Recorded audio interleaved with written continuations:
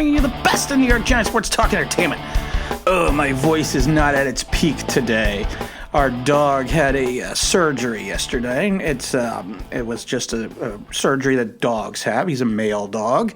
Don't want to get too much details, but like Daniel Jones, he was unable to hold on to his balls.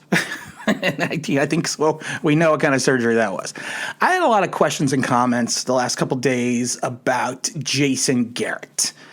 And Jason Garrett and what he's doing to the offense, and if he is totally to blame or the main culprit for the issues that we are currently having on offense. And honestly, I've been taking a look at this, and I've been looking at this again from an outside perspective, not looking at it with my fan hat on, because my fan hat would say that Jason Garrett's a bum, that we need to get rid of him, that he doesn't know what he's doing, that he's the clapper, and I never call him the clapper, but that's what my fan hat would say. But if we take a step back and look at it from an outside perspective, we need to look at the totality of the entire picture. And the problem is, yes, Jason Garrett is part of the issue. So is the offensive line. So is Daniel Jones. So is the lack of talent at the skills position. It's almost the perfect storm, you know. And George Clooney's not in this movie, but it's just the fact that we can figure this out. I think we can make this work, but I think adjustments need to be made. Let's take a look at the offensive line. You know, you'll go by Pro Football Focus says that our offensive line, it's crap. You gotta, like I said before, you gotta watch the offensive line.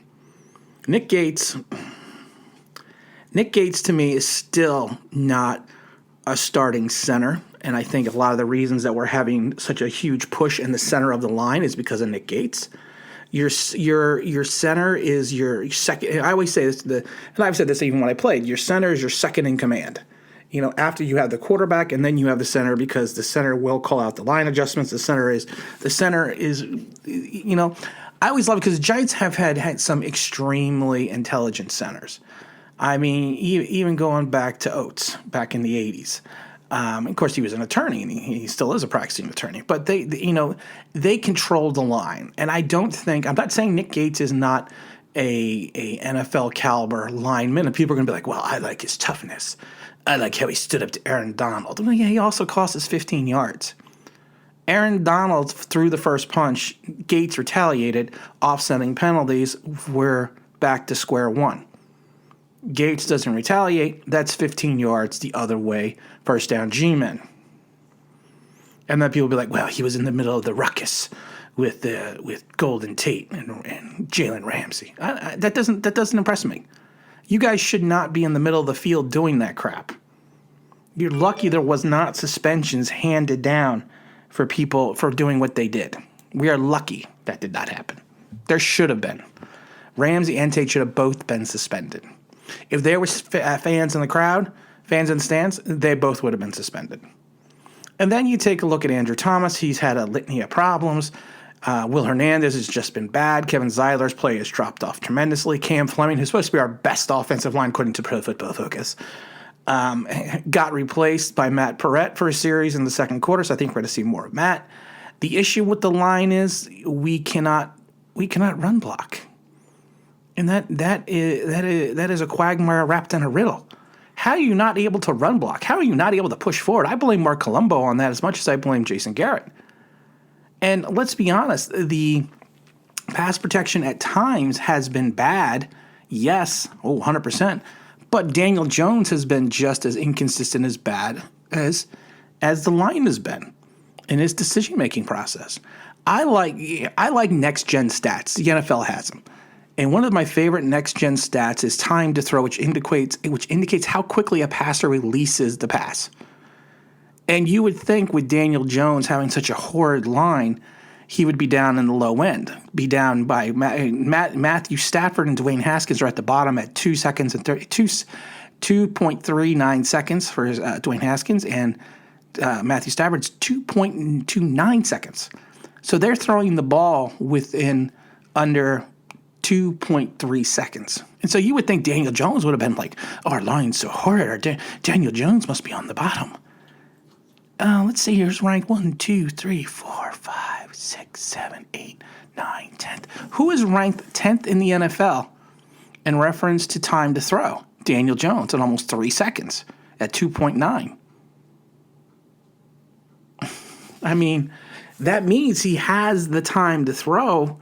I mean, the highest is Russell Wilson at 3.41, but he has almost 3 seconds to throw the ball, which means he's holding the ball in the pocket, which means he's looking downfield, which means some of his sacks are not 100% a product of the line, but they are a product of him holding onto the ball too long.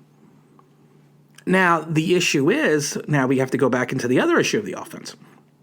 Yes, the offense is vanilla, but our receivers aren't getting any separation. And Evan Ingram can't hold on to the ball. Evan Ingram at least has 2 drops a game. If your receivers cannot gain separation, Golden Tate is a player that plays in space. You have to put him somewhere in the zone. He's not a man-to-man guy anymore. He showed some wheels last year where he had the ability to get away from defenders, but a lot of his catches, the defenders were right there. He's a guy that you gotta. You know what we have to do? The same way teams somehow find holes in our zone. That's what Golden Tate has to do. He's not going to be that one-on-one guy anymore. And, like I said, without Sterling Shepard in the lineup, all the pressure falls on Darius Slayton. Darius Slayton, and I've said this a million times, the NFL is going to adjust to Darius Slayton. And that's just a fact of life. It's a fact of life. That's why a lot of players have sophomore slumps. They are going to adjust to him. So he needs to make the necessary adjustments to counter that. And again, I think a lot of that falls on our wide receivers coaching and our offensive coordinator.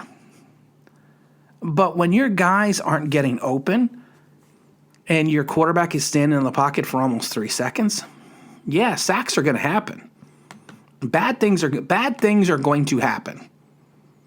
I think it's funny. I went back to 2018 to 2019 when Eli was starting. You know who got rid of the ball the fastest or had the least amount of time to throw the ball? It was Eli Manning both of those years. So now we have the opposite in Daniel Jones, and we see what's happening. So, I mean, when your starting receivers consist of Golden Tate, who's pretty much Golden Tate looks like he's going to have moments, but he looks like he's shot. But when they consist of Golden Tate, C.J. Ward, Evan Ingram, who can't hold the ball, Sterling Shepard, who can't stay in the field, Darius Slayton. I mean, I'm not even getting to Caden Smith. I don't even know why people are so in love or enamored with Caden Smith. I really don't. I think he's a good third tight end. And that's not a knock against him, because I wouldn't even make a good 197th tight end on a team. And now let's get into the run game for a minute. And this is where I have a bone to pick again with Jason Garrett. You're running the ball well with Wayne Gallman. You are moving. He is moving. He had the longest run of the season, for a running back perspective, and the longest run of his career, 26 yards, and then you take him out and you start throwing the ball. There was plenty of time on the clock. We weren't down by 15. You could still run the ball. So why we all of a sudden shifted away from that, I don't know. And Devontae Freeman looks like another one. He's another guy that looks like he's shot. But also we're expecting a guy to come in off the street to start playing. He had no camp. He had no training camp. So we got to give him some time. And, Deion Lewis is a good guy catching the ball in the backfield, but he's not an every down running back. We all know that.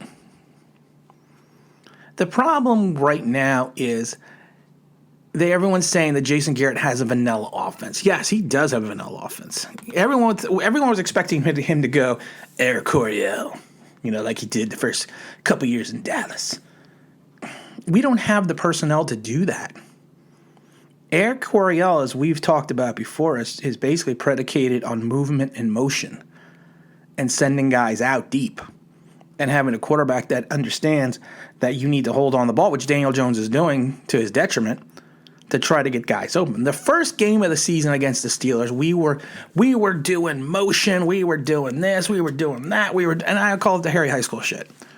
We were doing all that. It didn't work.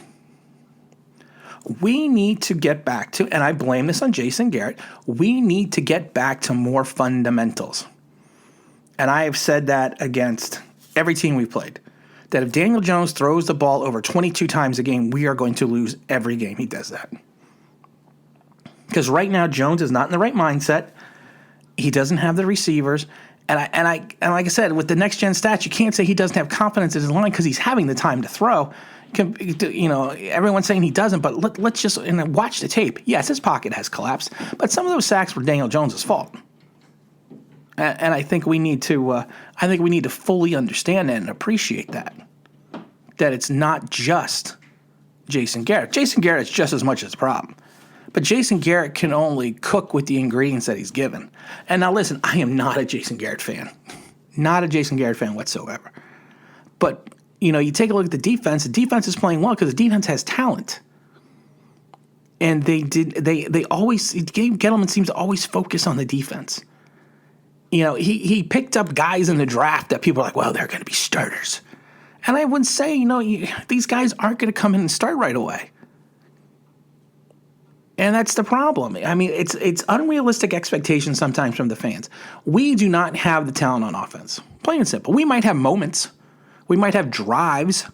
But we do not have the talent level to be consistent on offense right now, especially without Saquon Barkley.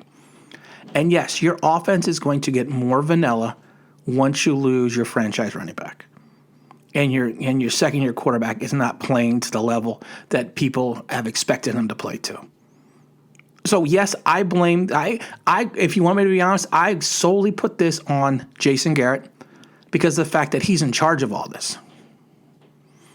He's responsible. In my mind, he's responsible for all this because he is the one that's in charge of this mess. I don't care. He needs to figure out and play to his talent, and that's what we're doing on defense. We always talked about defensive substitution, and that's what they're doing. Once we get Mayo back, I'll feel even a little bit better.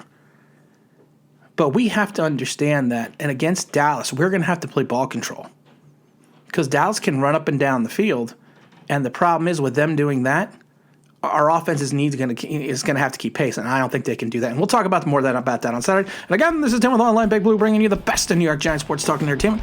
And as always, if you could subscribe, if you could ring that bell, I think that means that'd be awesome.